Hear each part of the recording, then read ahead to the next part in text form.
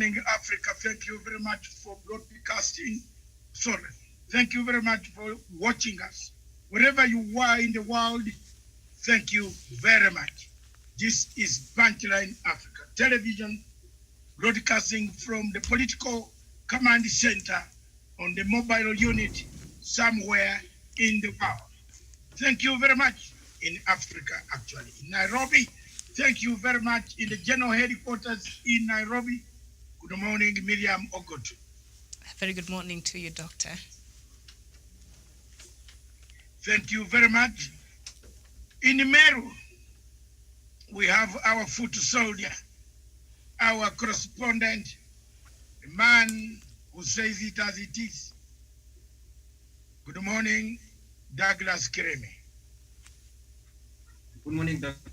Masanga, and also good morning to Miriam Ogutu and the crew at our headquarters and to our viewers across the world. Thank you for having me on the show. Thank you very much. This is Good Morning Africa show, where we look at events locally in Kenya. The newspaper headlines, now I am here. I can pick them, the newspaper headlines. We have the Standard newspaper. We have the Star newspaper. I'm on the ground now.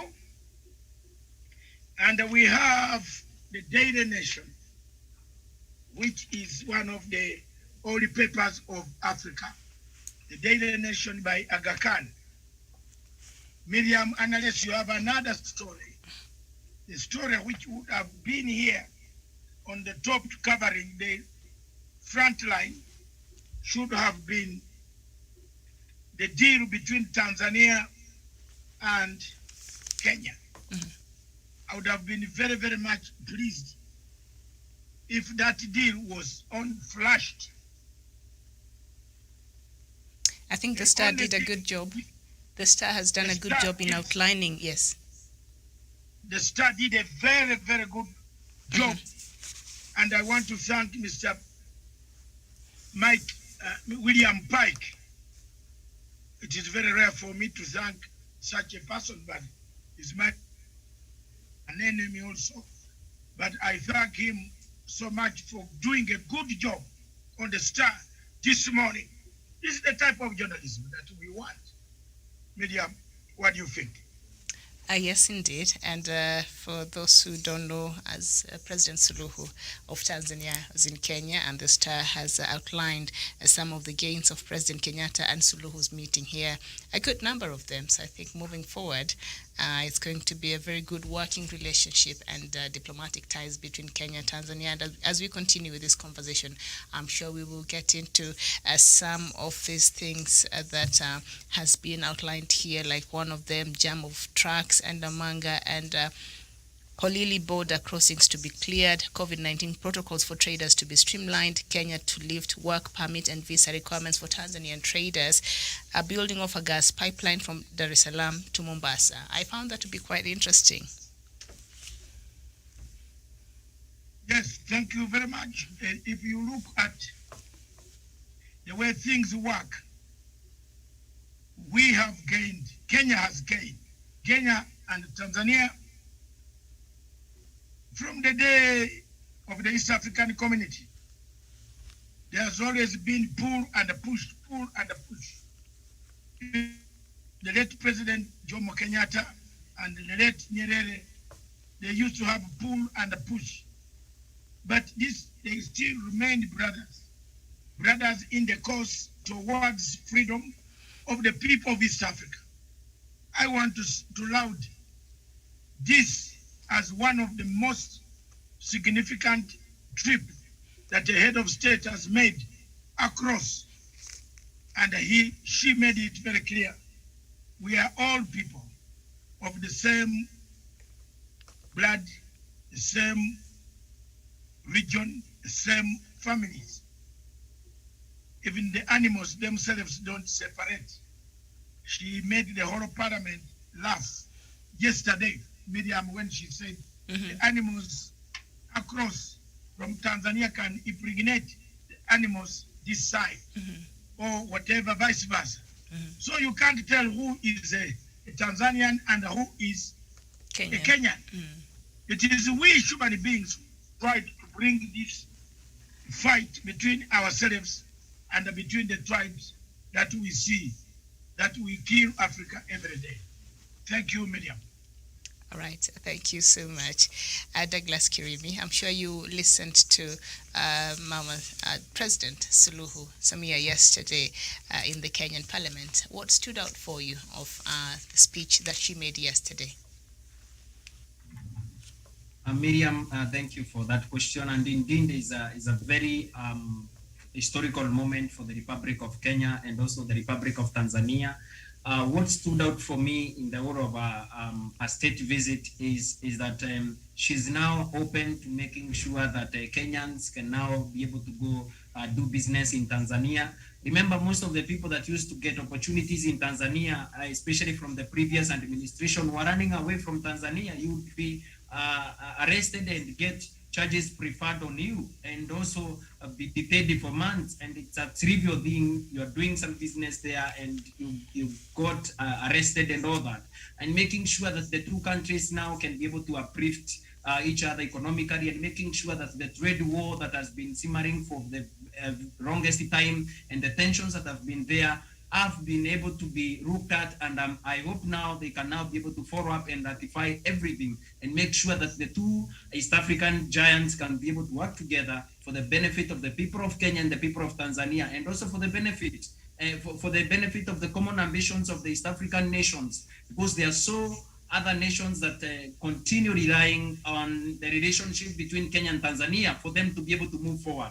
Remember, some East African countries which are landlocked depend on Mombasa and also Dar es Salaam and our two countries' goodwill, good political rapport for us, for them to be able to progress economically and also development-wise. So it is for me, it is the whole visit of Our Excellency President Samia Suluhu Hassan has been, the trade tensions have been lifted now that she has given a good political support. The creation of a good political rapport between the President of Kenya and President of Tanzania has been able to lift the embargoes that have been there, whether imagined, whether suspicious, whether true or not. We can now be able to work together with the people of Tanzania as one people, as brothers and sisters, so that we can be able to take our regions forward, Miriam. Thank you. All right, thank you so much. And just some of the gains that these two countries will now have: the ease of movement of tourists. I remember Kenya had really advocated for that, Kenya and Uganda, but Tanzania refused in 2014, and later on, even when Magufuli was there. And then complete border demarcation by 2022. Improve connectivity between ports of Kisumu, Bukoba, and Mwanza. Convene Joint Commission for Cooperation. A push for EAC integration. A joint approach at African Union. And Tanzania exports to Kenya were valued at $213.7 million last year, and imports from Kenya were valued at $249.5 million there. And Kenya and Tanzania to build a gas pipeline worth $1.1 billion to cover 600 kilometers, and Kenya also has invested 513 projects worth $1.7 billion in Tanzania, providing employment to 51,000 Tanzanians. So there are gains in both sides of the divide, Kenya and Tanzania. Doc, how do you see this moving forward, and some of these things that were discussed and the agreements that they made? How will this better, especially help in the EAC integration, which has been quite elusive, with Tanzania not being very lukewarm in the past?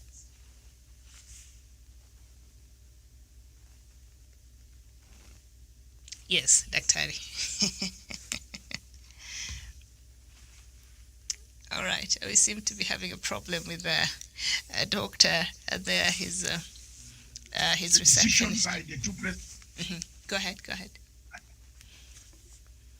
Are you hearing me? Yes, you had hanged, but yes, now you're. Are you hearing me? Yes. Miriam? Yes, I can hear you. It seems it is okay now. Yes. Thank you very much, Miriam. The two presidents made a good start. but we citizens must follow it up practically. We must start embracing each other. We must start. Last week, yes, on Monday, we predicted, we said one of the things that President Suluhu and the President Kenyatta can do is about COVID-19. Miraculously, I can tell you that it is the same that came out of their communique. The two ministers of health and the health ministries in Kenya and Tanzania will work together on COVID-19. At the moment, for me, let me tell you, there is nothing I'm going to listen to anybody about commission, integration, all this. I want to hear one thing that you and I have been campaigning. Are we at par as far as COVID-19 is concerned in Africa?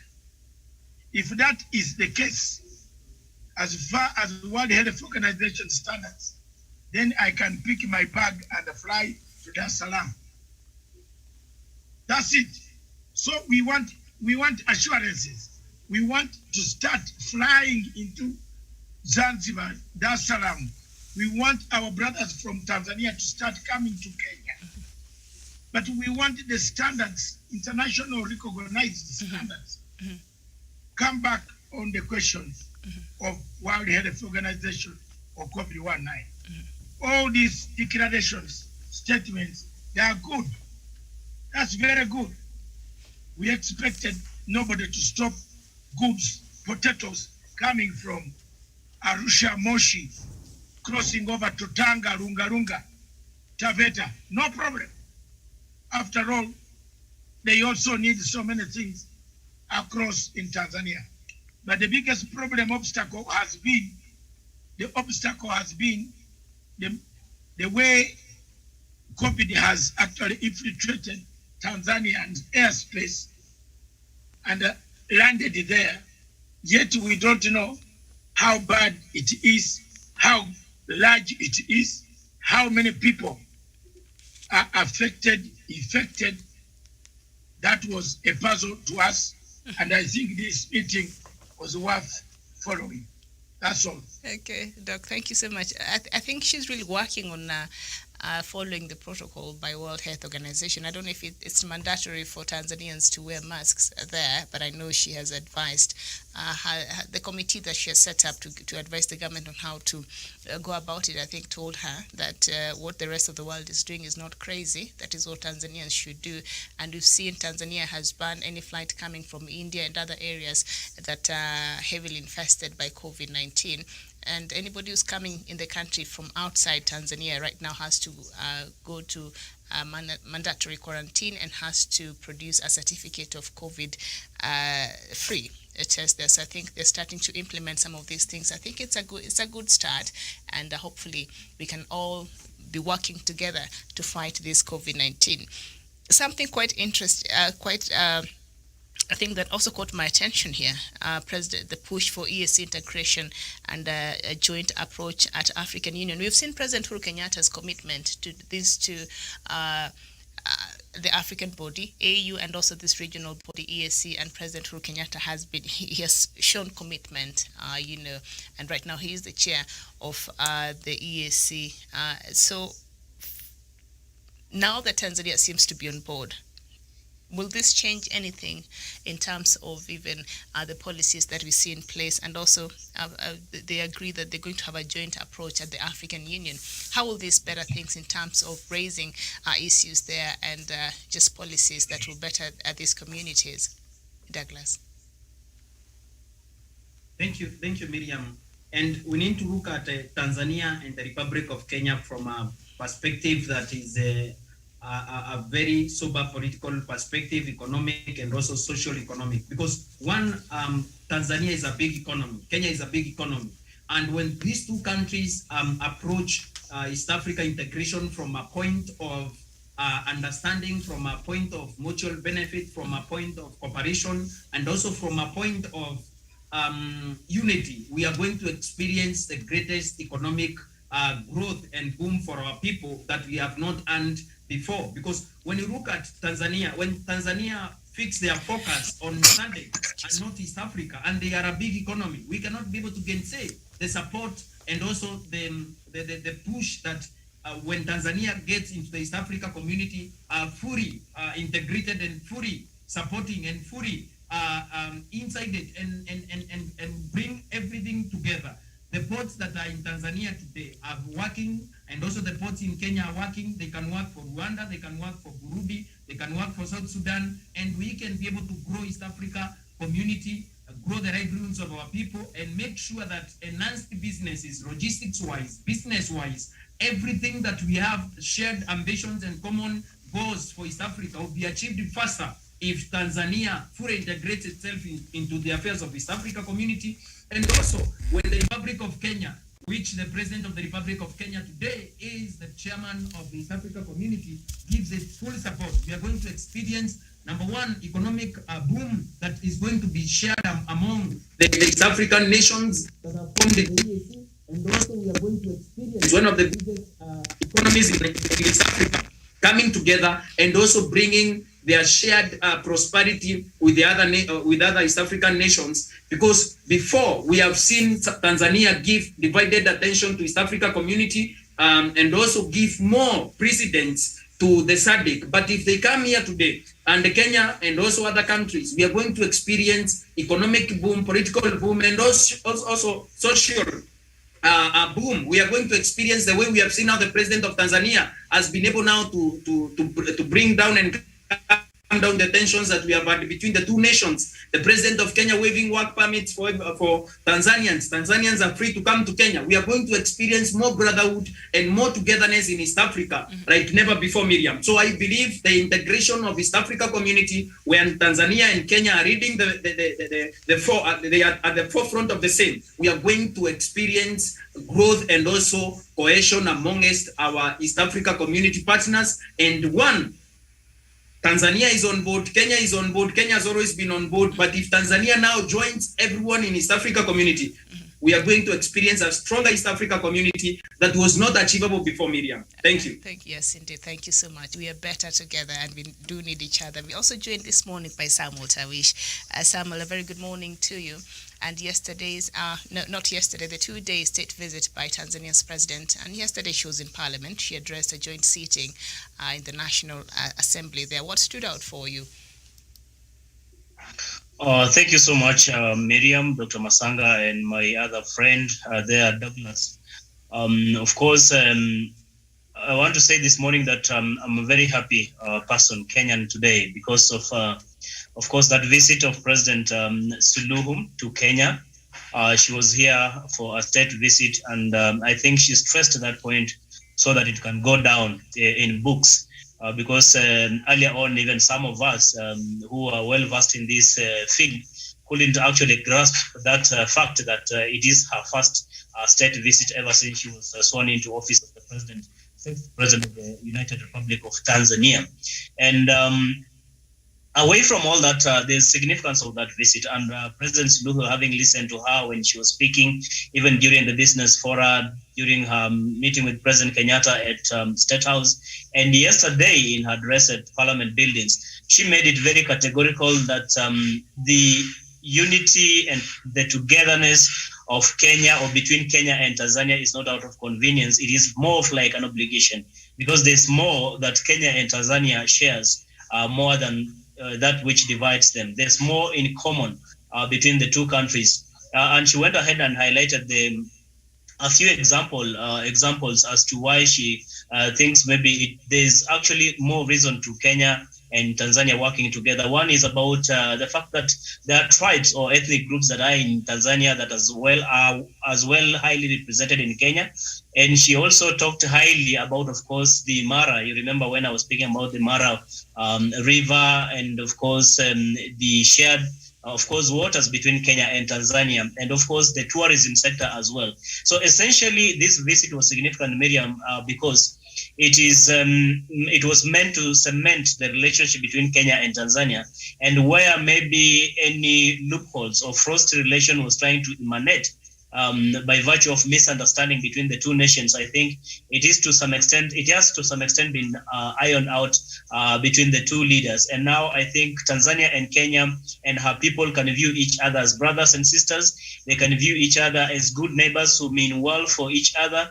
And moving ahead, even the announcement and the resolutions that were made out of the meetings, out of that visit by President Suluhu, for example, unlocking barriers that made it difficult for Kenya and Tanzania to trade freely, making sure that there are policies that are not that very hard for Tanzania or Kenya to do business in either of the countries, have been agreed upon on how they're going to address these issues. And I think this it cannot be overemphasized, Miriam, that this goes a long way in actualizing the vision and dream that the East Africa community has all along actually hoped for. You remember Samia speaking yesterday in Parliament building, she did stress the point that it is not only about the relationship between Kenya and Tanzania, that as a neighbor, as an East Africa community member, they're looking forward to uniting all the other members within the East Africa community, because like you said, Miriam, that we united we stand and divided we fall. And therefore, there's more to unity than division. And that is why you see the two leaders and the two nations stressing the need for them to unite. And also, she spoke about the political leaders we have in the country, people who are trying to constantly pull the country back when other people are trying to make strides ahead, when people are making effort to unite the people, to ensure that we unlock and remove the tribal enclaves and barriers that actually continue to divide our nations. There are people who are continually trying to pull us back. And I think that should also get into our minds constantly. Even the late President John Pombe Magufuli, when he did visit Kenya, I can't quite remember when was that, but he visited Kenya on a state visit or official visit. He did stress on that point that Kenya has a great potential and is one of those countries that is being looked upon by other East African nations, only that if they can address the question of tribalism, which is bedeviling this country, and the question of corruption, which appears to be eating this country heavily. So, Miriam, what I want to submit is that Kenya and Tanzania can now embark on that good relation. They can now embark on doing business freely. They can now embark on uniting their people and henceforth unite the East Africa community moving forward. And we'll have a greater East Africa community, which equally means a greater African continent. Miriam, I submit. Thank you so much, Samuel Tawish. And we're also joined by Dr. Joseph Nyanchama, if I'm not very wrong. Daktari, very good afternoon to you. It's actually afternoon now. Very well. As Dr. Nyanchama. Joseph is connecting. Yes. Thank you very much. As he connects, there's a point that we are looking at a direction. We are under spell of a proxy war. There is something that every East African should look at the moment. And this is where any student of international relations should be very, very focused to. Burundi, which Tanzania supports, is not very active in the East African community. Why? Uganda and Kenya and Rwanda have been very active in East African community. But something happened very fast, that President Suluhu was taken by wind into Kampala. We would like to be analysts. I am a political risk analyst. My role is to analyze risks. Where is Africa going? Where is East Africa going? She reached Kampala. She signed a 1,000-kilometer railway light pipeline, hot pipeline, SGR. Of course, they will follow with the railway later. What about if the oil bursts in the desert where in Shinyanga, near Mwanza? You must have transport to arrive there. As soon as they had signed, and I want my viewers to understand me, those who understand internationalism, no sooner had they signed this agreement, no sooner had the ink dried than the French companies, banks, came out and said, we are sorry. We are not going to fund the pipeline. I want you, my people, to understand who owns these banks in France. The man who owns the banks in France is called George Soros. You can confidently say, without George Soros' money, France would be very bankrupt and begging us for food.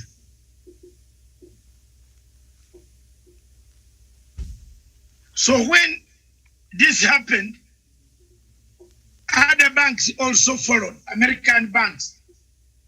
They said they can't put their money together with Chinese.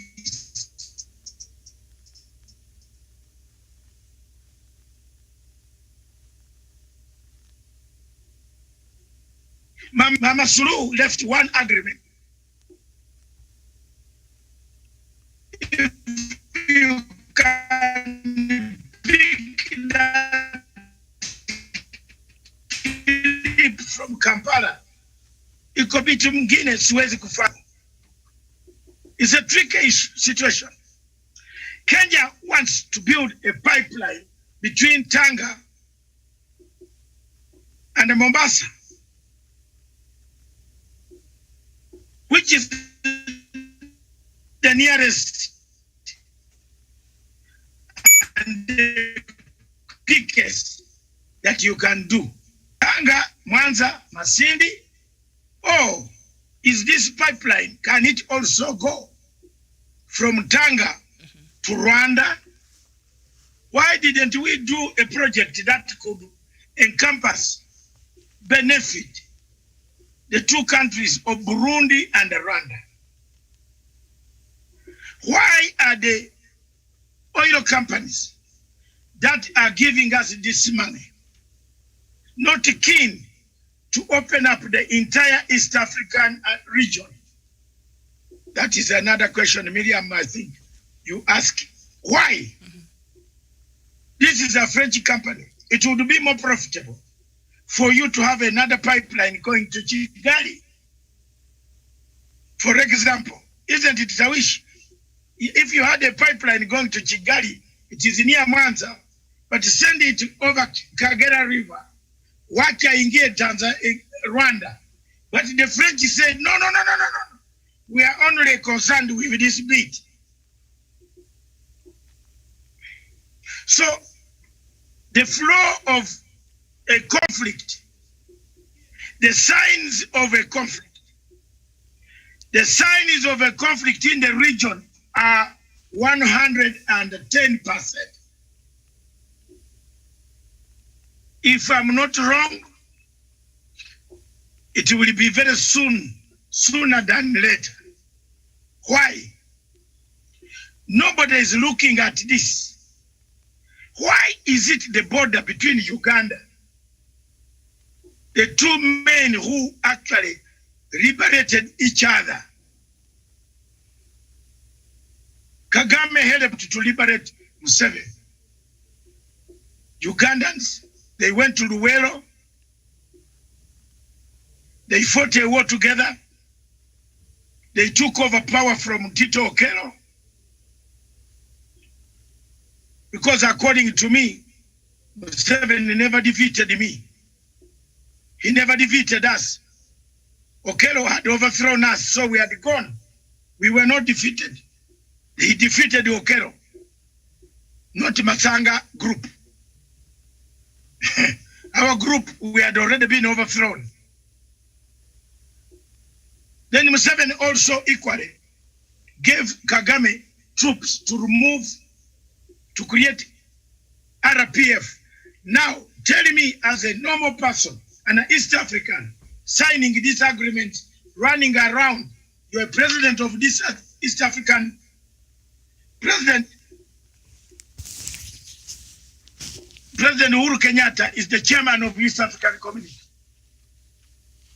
It is very important for the chairperson of East African Community to get these facts, to know there is a proxy war. I'm one of those as a friend. I will continue to speak about it here, everywhere, publicly, that there is a proxy war being done very carefully. That what they want is to ignite a conflict somewhere in one of these oil problems. Leave it there. Then you say, can we come and help you? Can we come and help you? We want to come and help you to solve the conflict. So East African heads of state, East African heads of state, the earlier you sit down, the better. The earlier President Uhuru Kenyatta calls the summit and asks some of the leaders. Some of them are leaders of this country, of this continent, like President Museveni, and ask him what is going on. It is the better for us in East Africa. Wacha kudanganya tutudanganye. Iko shida hapa. Iko bita hapa. Iko proxy bita. There's a proxy bita. East of. And you see one of the things you can hate Matanga is he talks it as it is. East, the French went and told the Somali government that it is very bad for you to accept the Indian Ocean Islands with oil blocks to go to Kenya. Let's create an imaginary conflict. We shall pay the money, everything for you to go to the ICJ. Don't remove that case. Let it hang on Kenya so that we can use it to molest Kenya, to allow us to take Ngamia 1, Ngamia 2, Ngamia 3. If there is anybody who has intelligence control at what I have, let him bring it on table. My role is to say it. I am not an intelligence officer to gather. I am just a man who teaches political science. I am the Munene of international school there. I see everybody calling Munene. I challenge. Munene is my senior by being a professor. But I am the doctor who does the donkey work on politics. Therefore, I gather. I am not an intelligence officer. I gather information from the analysis, a risk analysis point of political science. I risk analyze and analyze events. So when you see French telling Somalia, Musijali, endelea na case ICJ, tutapata Kenya squeezed in the middle. Time has come for the presidents of East Africa to wake up, to smell coffee. This war killed Nkurunziza.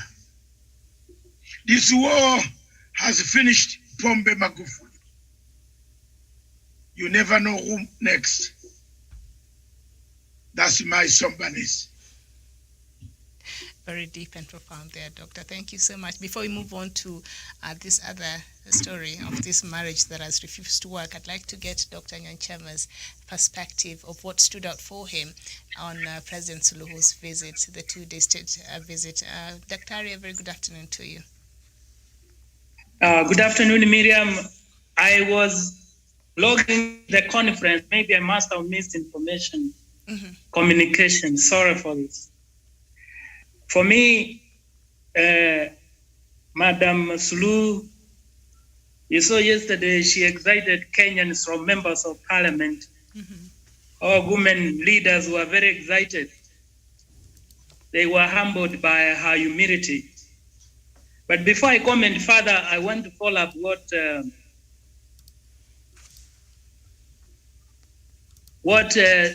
Dr. Masanga is saying.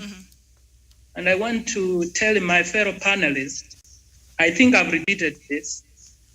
2008, I listened myself. Chirac, the president of France, saying, in fact, I can quote him, "Let us be honest." That is what he said. Much of the money we have in our banks come from Africa. He said it. I remember that. Now, what Dr. Masanga is saying, it is only a foolish man who has been told the resources you have come from here. So they are always strategizing to ensure that inflow to their banks is consistent. And that is why, as per Masanga's perspective, they are continually causing conflict to see where they can lay their hand so that the resources continue to flow into their banks. Then the leaders, as Masanga said, need to be aware of this, and the unity become one of the sharpest weapons within the East African region to fight these characters, because they give with one hand under the flashing light of cameras and they take with the other in the shadows. Having said that, Miriam, I come back to your question on the president of Tanzania. Oh, it was exciting, Miriam. I saw women in this country very excited. Although the rain yesterday spoiled the party. But all the same, I read something beyond that. Why is the president of Tanzania so excited, equally to Kenyans, to come to Kenya? Let me say what she said. This is my first trip since I came to power. I was taken aback because I saw her in Uganda earlier. She went further to say, in Uganda, I simply went to sign something. Whether she went to sign something is in that trip. As what Dr. Masanga is saying, there could be something more we don't know, which could have cropped up after signing that. That's why she also felt that there is a greater need to work with Kenya closely, which we appreciate indeed, and we welcome her. And as Dr. Masanga said, our leaders, as they are listening this Punchline Africa, East African region, they need those who are either not decided how to work together to create synergy and more value to the people of East Africa, please, to change their mind and let us work and see the bigger picture. You know, there are a few things that are the bigger picture. If you think you are the entire picture, you will not see the bigger picture. My appeal is, on the basis of Masanga's submission, is that let all our presidents within the region please work together for the benefit of our people, particularly the youth, which in fact yesterday's submissions from the Youth Forum were very key, that this century is for the youth. And I think I really indeed agree with what Dr. Masanga said. Miriam, for now, I submit. Okay, thank you so much. So now let's turn our attention to this Jubilee Miriam, marriage. before you go away from this, Yes. a viewer from Uganda who has sent me right now, and I'm glad about our conference yesterday. It opened a lot of doors. It did. For freelance journalism. This man has sent a very interesting thing for me, which I think will trace the points that we have made here of Dr. Nyachama, myself, and Joseph, and Tawish, and Kirimi. Yes. Listen to this. The French newspaper Les Echos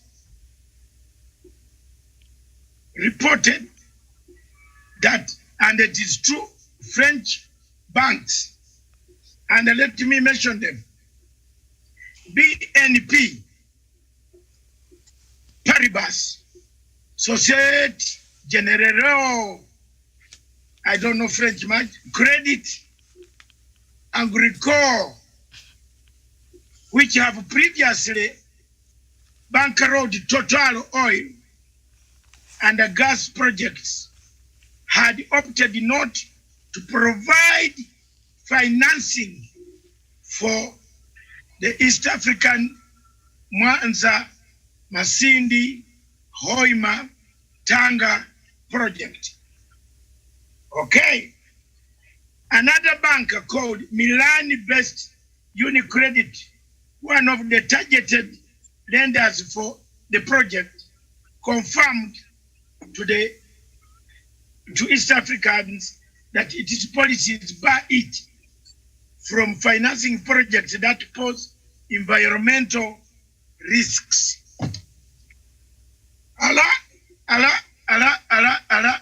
Miriam. All of you on the panel now, when you hear that, look at, no, honestly, people might think we make noise on this TV for nothing. But honestly, look at this. When did these banks know that there was a problem of environment? When? Uganda has been exploring oil since 2007. Didn't these banks know? They provided funds for Tallow oil. What has changed? Tallow oil has been in Uganda doing all form of drilling and finding out where oil is hidden in Albertine region. Now, my dear sister and brothers, when did these banks know? If this is not a practice, you know, Miriam, Africans are very bad at getting things very fast hand. Let me explain this. This is a stable region. Tanzania has a very powerful army. Kenya has a powerful army. Uganda has a massive army. Rwanda has a massive, very deadly army. And their system is very deadly. When they want you, they come for you.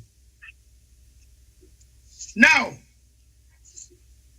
all these regions, they pose a threat, and all of them are British colonies. They are from Britain. Rwanda has shifted, is in the Commonwealth. Burundi does not want to hear a word from France. So when you look at the dynamics of Mr. George Soros, one of the banks, BNP and Credit, those two banks are for George Soros. Someone must have told George Soros, hey, hello, you know now you are giving these guys money, but someone is the one finishing us. So look at that perspective. there is a problem in the region. There is a proxy war, like the way they planted a war in Mozambique from nowhere. Miriam, you couldn't expect that you would find Muslim fanatics in Mozambique wearing this buyu, attacking people with their machete and killing them and calling themselves Al-Shabaab. Are we together? If there is no proxy war, and I want now to summarize by saying, after Madame Suluhu going back from Kampala, she sat down and she looked for the old friends of Tanzania. I don't want to say this on air, but I will talk to you and the rest of air.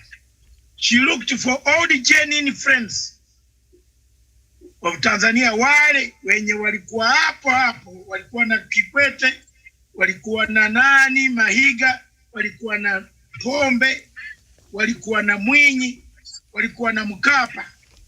Wale watu waneni watu ya siasa wenye wanazungumzia Afrika.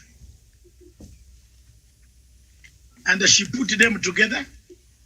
She found them. I think she asked for advice. Believe me or not, Miriam, she made a stride towards Kenya. As much as you are talking here, there is more to do with the complexity of the war, which which she has seen, and she wanted to have somebody to lean into in case this war begins. Because, Miriam, between you and God, two generals, great friends, great fighters, they have decided to go at each other. That will be Museveni and... Don't you run away? Mm-hmm. Don't you run away? Two generals have decided to go for each other. Even if it were you killing me, don't you run away? Mr. Tawish, Mr. Dr. Joseph Nanchama, don't you run away? I ran very fast. Because last week, Kagame said, my political party, RPA, I am under siege. I don't know what this man wants from me. But I am under siege. He is on my case. You know what I did? I ran away.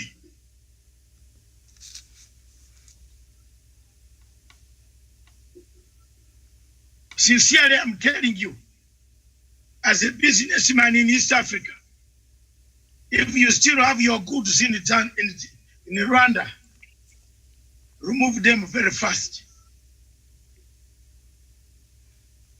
Because how will you cross them? I had a business. Miriam, why should I tell you this? I had a business between Rwanda, and what I did was to say bye-bye. You know, call it off.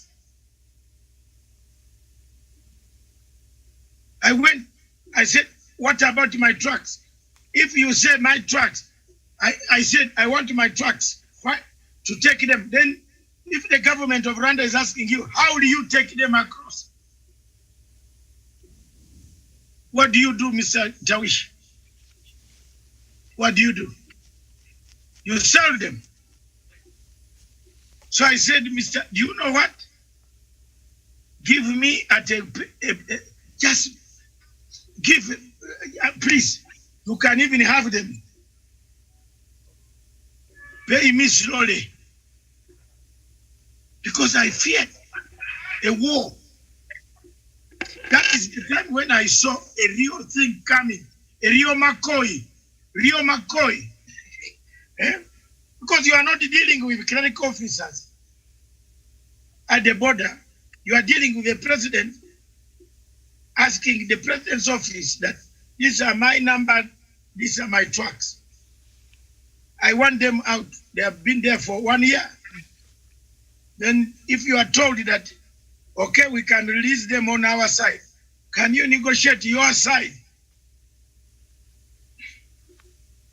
Then when you try the other side asks you, oh, what have they been doing there? What have they been doing? Don't you run away? So, we are in trouble. Madam Suluhu Hassan came on this side to find a partner who is not militaristic, but a partner who is educated, went to school like her. The other guys went to school, but they added another profession. So it is it's very difficult to deal. So that is the bottom line analysis, Miriam, of why the lady, Madam from Tanzania, decided that wacha nikuje pande hii, kama kinaumana huko itakuwa na rafiki pande gine. Asante sana.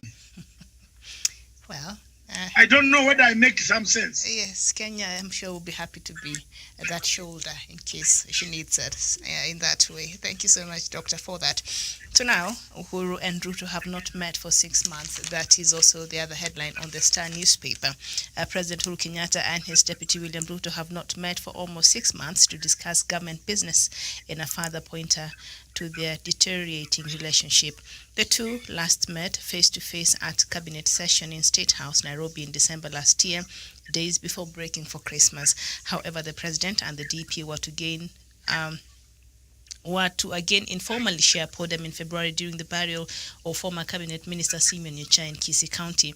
Over the last 2 weeks, the two have engaged loaded with the political symbolism, raising questions about whether the country's top leadership are on talking terms. Interior Cabinet Secretary Fred Matiang'i has taken over most of Ruto's government responsibilities and has been Kenyatta's de facto number 2. And I will not go on so much with that story, but the point is that marriage, I don't know why, Doctor, maybe you'll start it for us. And also very significant is that in the 2-day visit by Tanzania's president, Deputy President William Ruto was missing in that state function. Dr. Matsanga, start it for us, yes. Miriam, I just want to say, we Africans, I have written an article which is banning Facebook now, because Kirimi is not on Facebook, but my article is banning the Facebook. I wish you have seen it. It is coming to 300, almost 300 likes, everybody, and 400 haters. I'm battling them. You know, this morning I woke up and I said, I am a father of 8 grown-up children.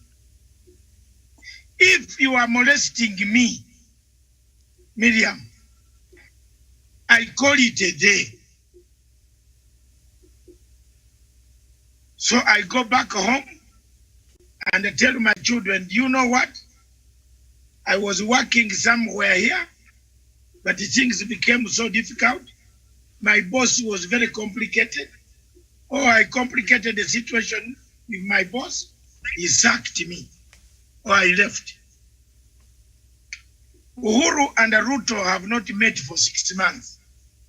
Then, why are you still hanging on, running around the country that you are still a deputy president? Don't you have shame? To people, does Ruto have shame? Conscience, Ubuntu, Omutima. Nze toyinza kumbonya abonyabodi. Sorry, You can't punish me that way. If I'm being punished, I walk away, I resign, and I say, please, thank you very much. We have been together, we have been working. The people of Kenya elected us on this ticket, but I am not able to be here.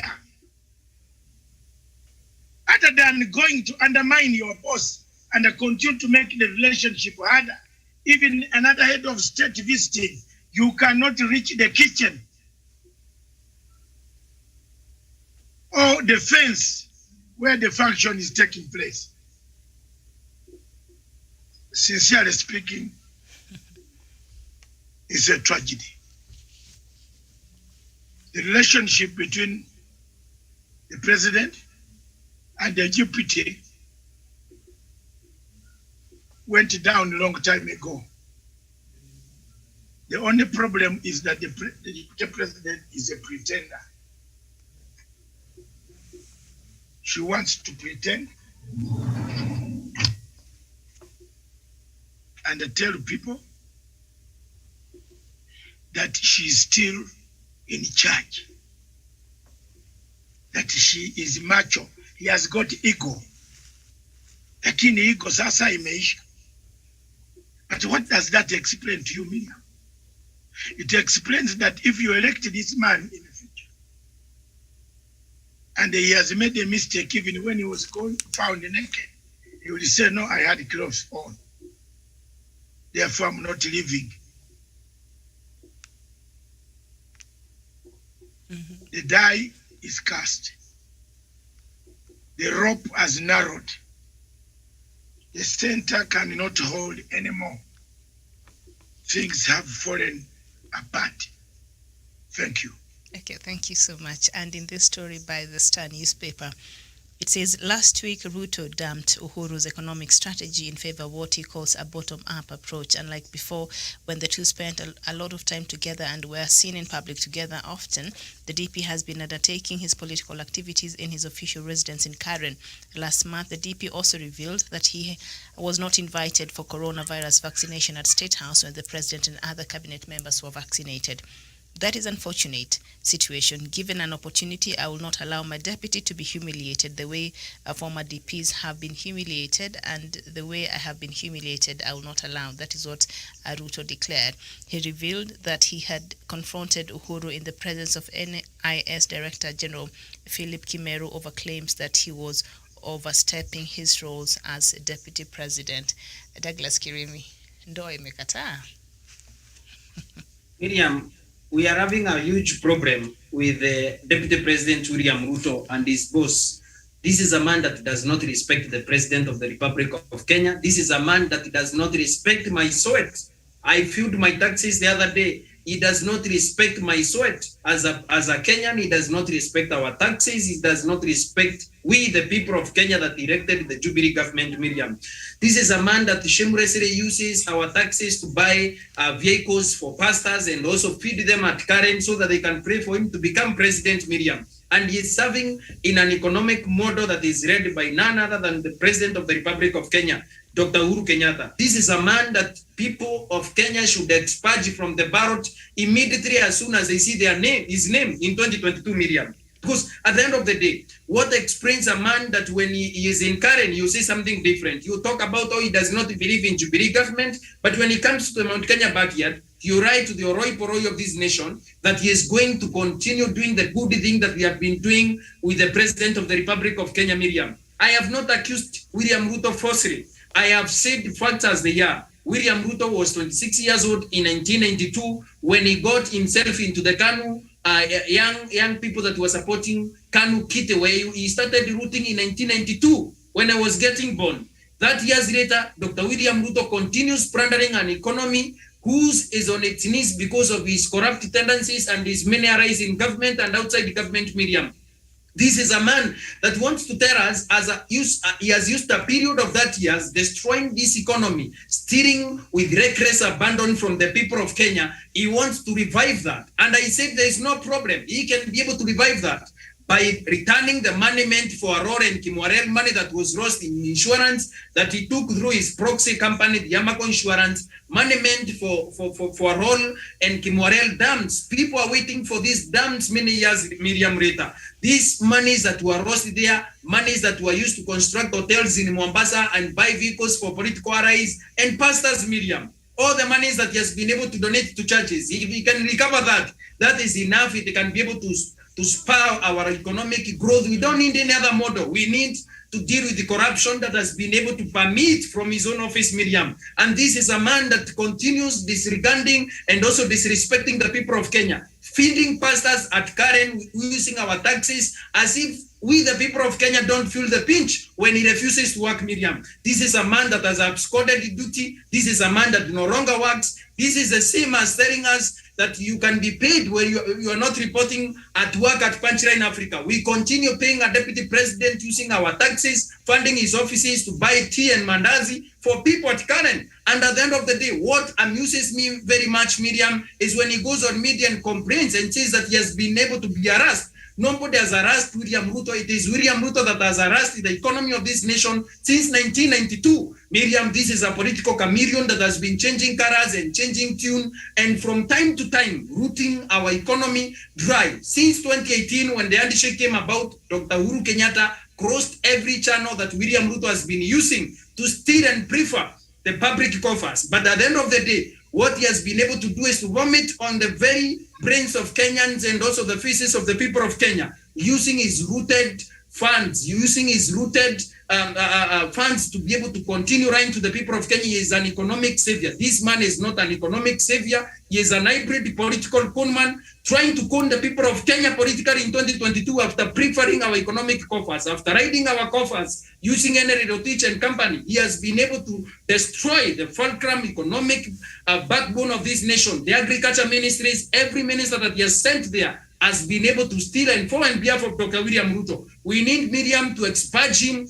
at the ballot when we get his name there in 2022 and stop this madness, Miriam. It's about time the people of Kenya decided on the way that they shall go. And I'm very happy, Miriam, that the BBI is coming so that we can be able to deal with William Ruto and his surrogates, so that within 2 years, thieves can be sent to Kamiti, Shimoratewa, and any other prison in this country, Miriam, so that we can be able to deal with corruption precisely. Dealing with William Ruto, the only way we know possible is to send him to prison and return the money that he has stolen. I have no kind words for a man that does not work but is demanding pay from the people of Kenya. Thank you.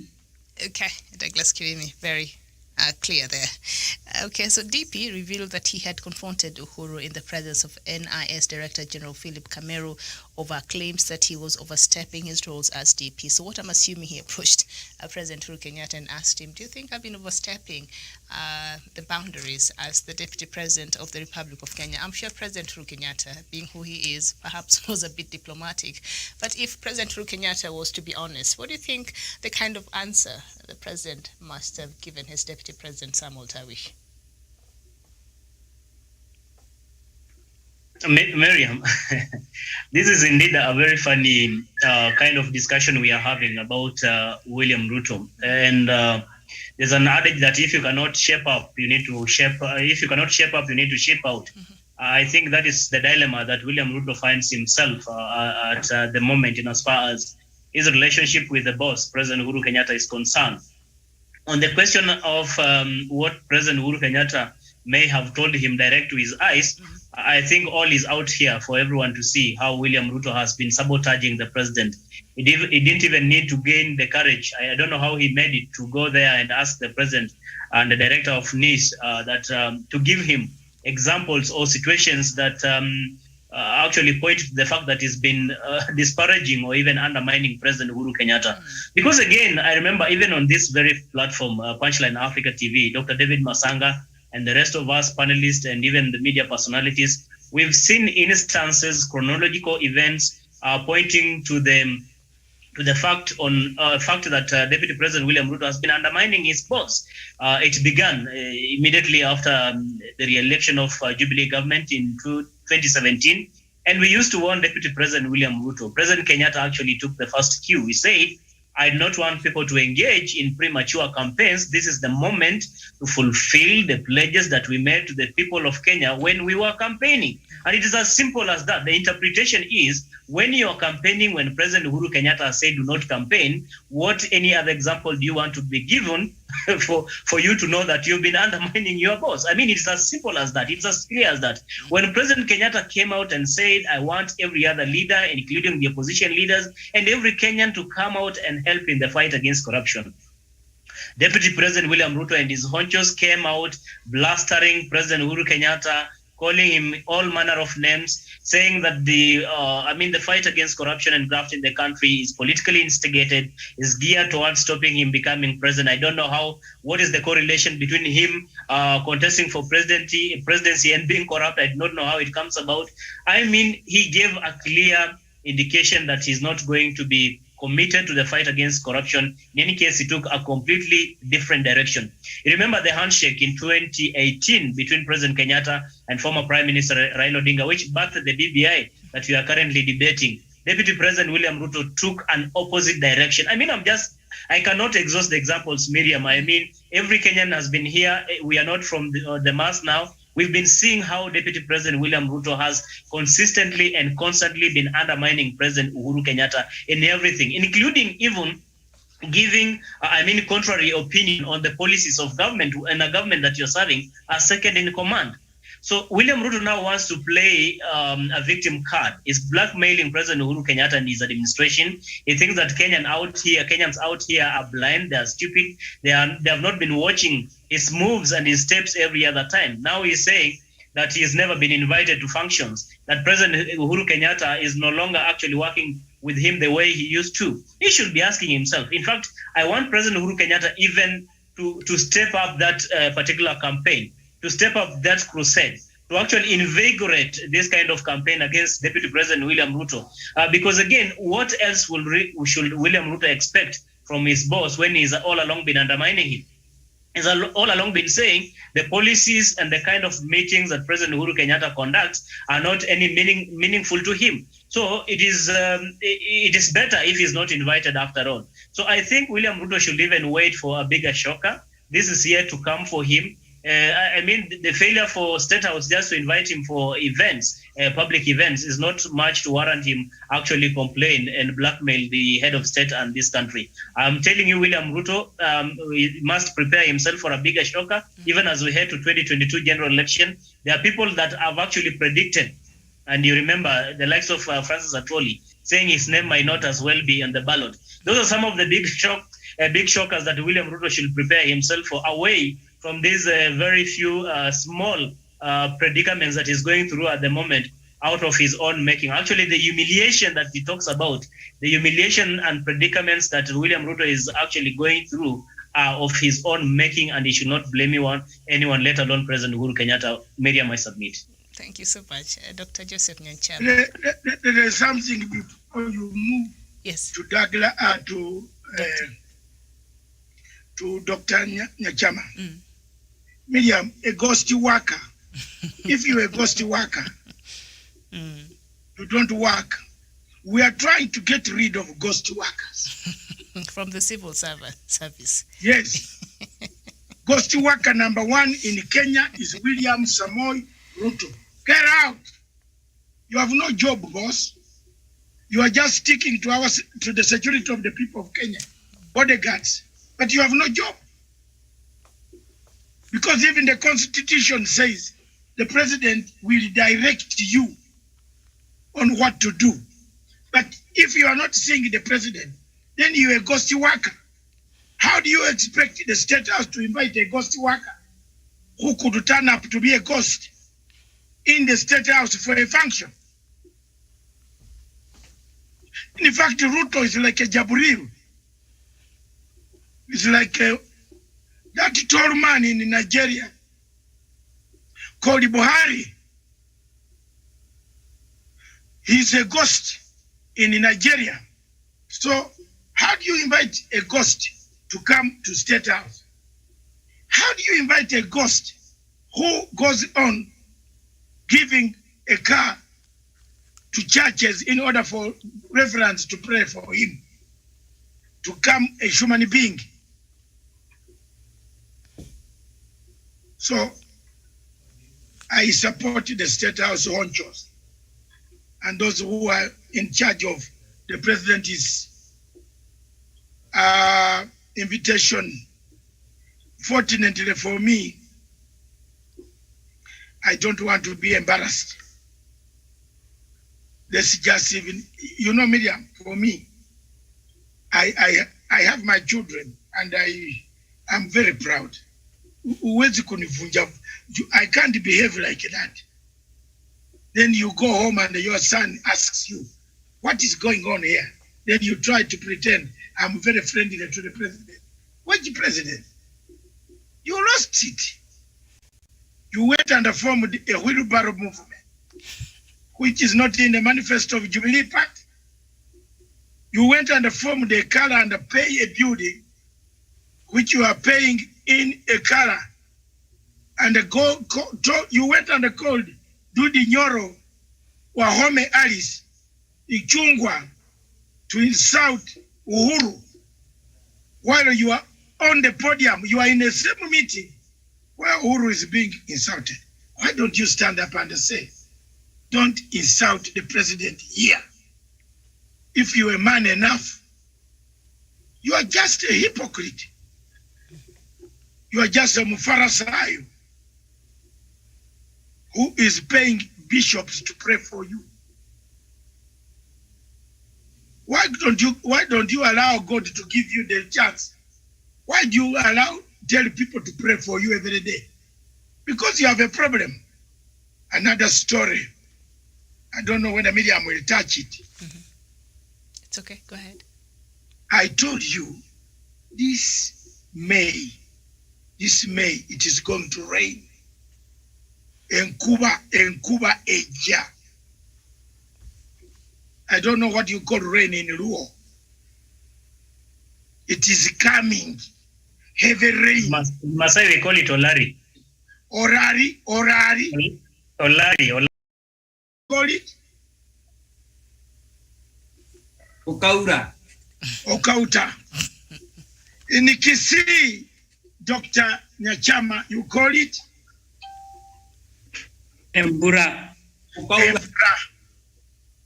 Miriam doesn't want to tell us. I just did.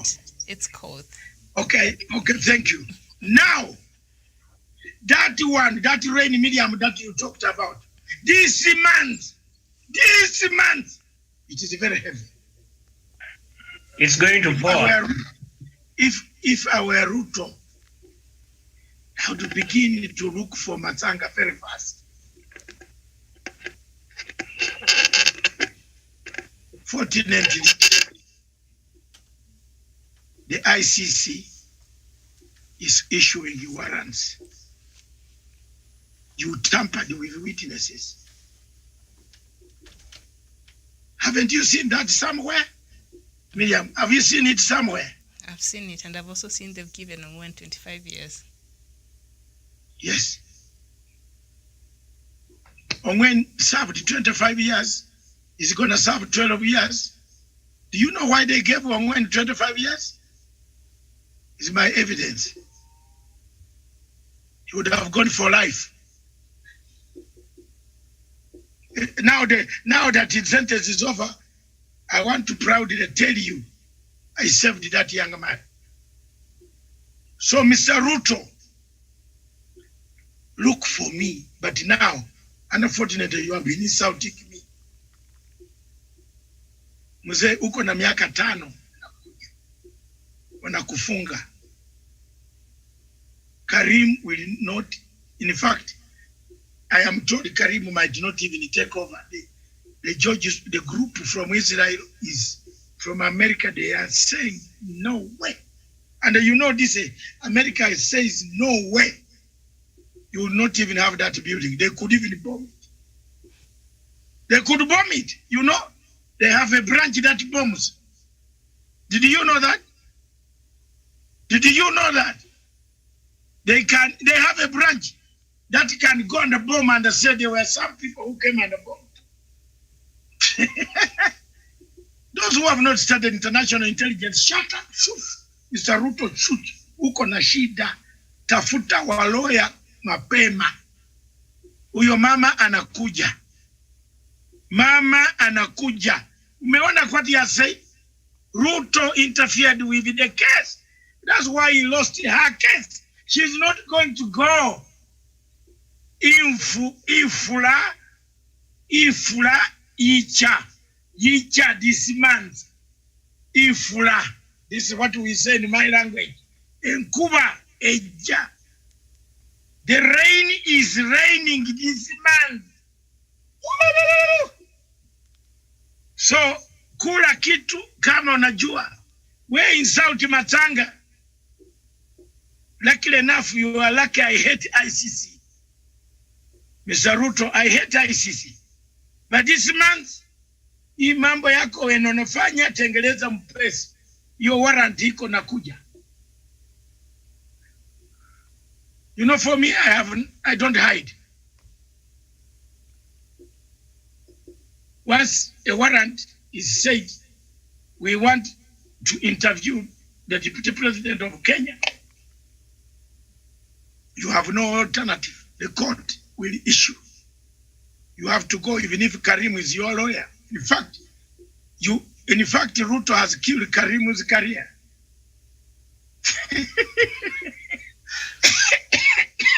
I don't know whether you see, Miriam. Karim was telling the court that those are lies. Now, Karim has been given the files to say, this is what you said, they are lies. But this is what we have. So, isn't the career gone? People don't have shame. I will not take over that prostitution. If we still have Ruto case, my client coming before me, I just walk back to my home in Surrey, sleep. I have reached 65. I can earn 475 per week pounds for free. Miriam, for free. It comes. The check drops every Friday morning until maisha paka Mungu akuite. That's the best I can do. But because I want a better Africa, I tell the truth here. I'm still here telling the truth. Ifula yecha. That's why nobody is bothered about Ruto anymore. He can shout, he can do, he can give a wheelbarrow. He continue giving a wheelbarrow. In fact, you better change all these shirts because time is coming. When you might not change, you change only once and regulated by the authorities how to change them. This is new style of shirts. And I'm speaking the truth. It is all in the face of the chief prosecutor. She's leaving next month, June. But before she leaves, she's leaving someone hanging there. And now, all the pointers, Miriam, they pointed to the person going to hang there. She is stuck on that case. It's not anybody from Kenya who wanted it. No. They did it wrongly. They even wanted to kill Mrs. Yabei. Yes. And the killers are known until people got arrows in Itarugo. Then they ran away with the guns. And the woman is there, is a witness. So how are you going to run away? You are running around here, threatening people that, oh, this on TV. My friend, you are in trouble. Tafuta lawyer. What I've heard from there, that's why nobody is bothering that 2022. Where? They will not even need your money to pay. They want you in very much. Very much.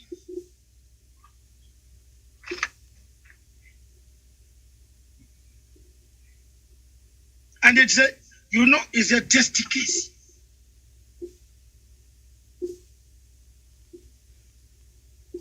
It's a test case. Walai ya Mungu. So, Miriam, there you are. Let me now take this opportunity, since I've now charged, let me charge on another subject on standard, Raila and the group. Wacha niwaambie, you know now I'm charged. I wish I used to have brandy like those days.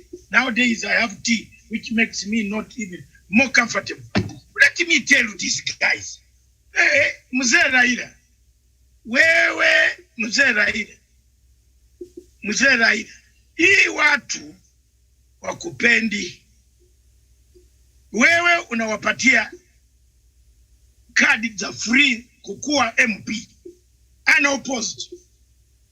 Wewe mwenyewe, you go on killing yourself every day. Nilikuambia hapa Orengo is two. Bibi ya Orengo is NGO of George Soros. Orengo mwenyewe is a very good man, but the wife is very difficult. So when they sleep in one house, Mzee Raila, wewe uko na shida. Shida zote watakuletea wewe.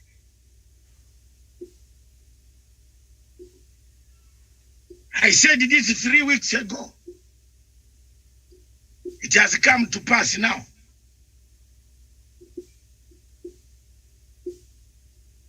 There is somebody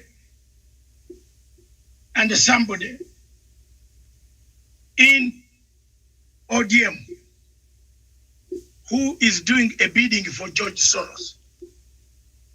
The greenbacks are dividing ODM. My good lawyer friend, Otiende, the younger man, I call him younger man. He respects me so much because he is the only one who tries to call my Luo name. I have a very special Luo name, but people don't like it.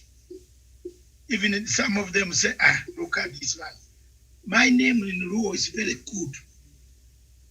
Very nice Luo name. And I have been telling, I told you, if you grow up in NGO, you die in NGO. Otiende is NGO.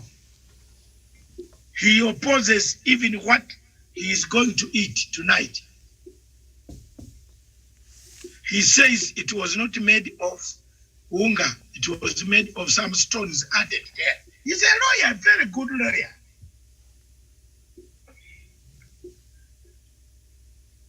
What pain these guys? Wacha niseme kwa Raila. Next time when you go to meet His Excellency the President, carry them, they can sit outside. You know, outside, if you have been to State House, there is a waiting room there. In fact, you can tell somebody you have just been seeing the President. Because you have gone to one of the waiting rooms there. The problem of why President, the former Prime Minister, is having rough time is he did not call some people to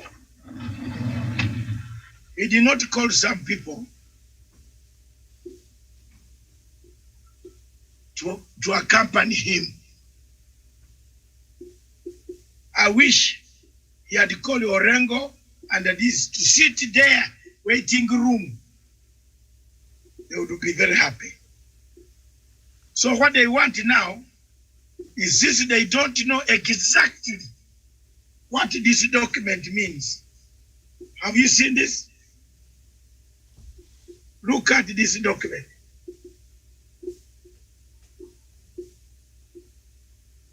They don't know.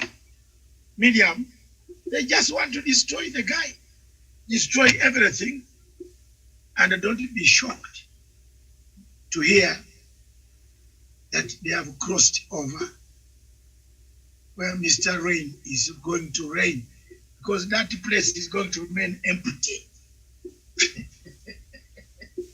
When the rain comes, the floods come, Kirim is going to be the celebrant. I rest my case, Miriam. Good afternoon. This makes the end of this show, if you want. From my Dr. mobile unit, I think I've summarized everything. You have, but I wanted to get Dr. Nyanchema. He's the only person who has not Oh, commented. yeah. Yes, and then he The can great conclude for doctor us. is Yes. online. Yes. I'm sorry, but for me, from this angle, All right, thank you. Chalo. All right. Chalo. Thank you, Miriam. Thank you so much, I Dr. think Nyanchema. End it for us. Because of time, there was a question. I only want to put a proverb.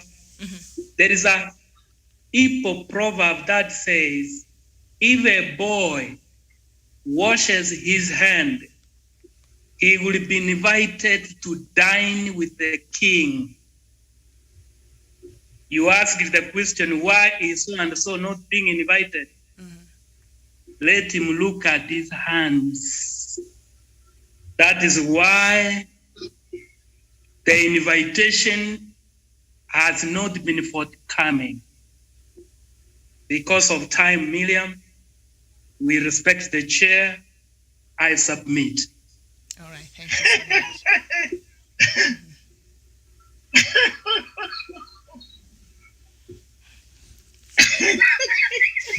That is where we end our show today. Thank you, Dr. Nyanchema. Douglas Kirimi from Meru, Samuel Tawe from Nairobi, and Dr. David Matsanga. Bye-bye for now. Oh, my.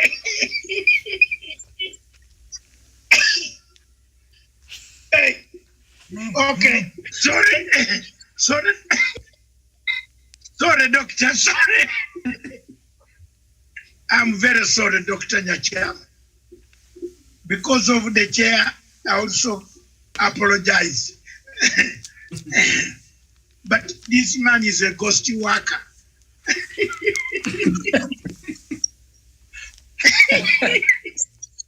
No, Doctor, you know, Doctor.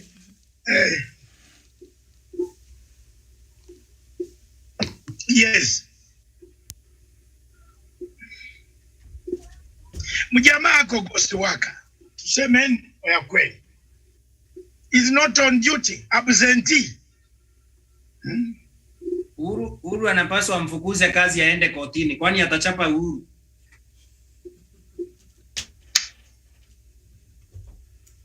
Uhuru hataki kura tena, amfukuze hii jamaa aende huko. I did not hear Miriam's word in the rain. What do you call it now, Miriam?